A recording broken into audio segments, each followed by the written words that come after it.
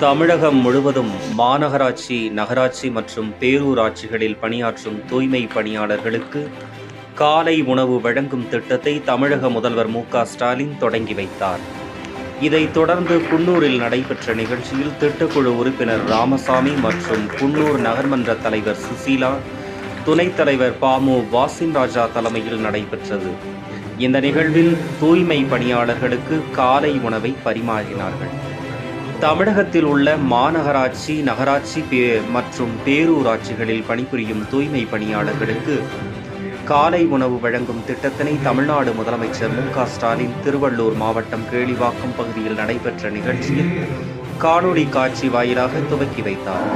இதைத் தொடர்ந்து குன்னூர் நகராட்சி சார்பில் காலை உணவு வழங்கும் நிகழ்ச்சிகள் குன்னூர் தனியார் திருமண மண்டபத்தில் நடைபெற்ற இந்த நிகழ்ச்சியில் மாவட்ட திட்டக்குழு உறுப்பினர் ராமசாமி, நகர்மன்ற துணைத் தலைவர் வாசிம் ராஜா மற்றும் நகர்மன்ற தலைவர் சுசீலா, நகர்மன்ற உறுப்பினர்கள், அதிகாரிகள் கலந்து கொண்டு தூய்மை பணியாளர்களுக்கு காலை உணவாக இட்லி, பொங்கல், கேசரி, வடை, சாம்பார், சட்னி உள்ளிட்ட உணவுகள் காலை உணவாக வழங்கப்பட்டது.